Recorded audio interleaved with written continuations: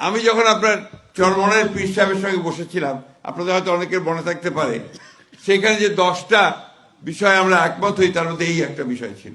আমরা কমিটেড, আমরা অঙ্গীকারবদ্ধ যে এই দেশে আমরা কোরআন ও সুন্নাহর বাইরে কোনো আইন আমরা করতে দেব না। এটা আমাদের কমিটমেন্ট। এই কমিটমেন্ট আমরা সবসময় করে এসেছি। আমি যখন আপনার চরমনের পীর সাহেবের সঙ্গে বসেছিলাম, আপনাদের হয়তো অনেকের মনে থাকতে পারে, সেখানে যে 10টা বিষয় আমরা একমত হই, তার মধ্যে এই একটা বিষয় ছিল। এটা অনেকের মনে থাকতে পারে। সুতরাং এক কথা যারা ছড়ায়, অনেকেই আপনাকে বিভ্রান্তি সৃষ্টি করার জন্য বলে আমরা নাকি কোরআন ও সুন্নাহর আইন চাই না। নাউজুবিল্লাহ। আমরা সবসময় কোরআন ও সুন্নাহর মধ্যেই আমরা থাকতে চাই।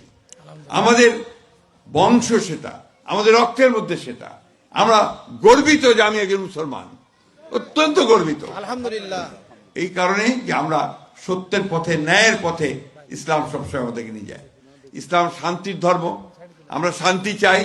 আমরা চাই যে নির্বাচনের মধ্য দিয়ে শান্তি প্রতিষ্ঠিত হোক।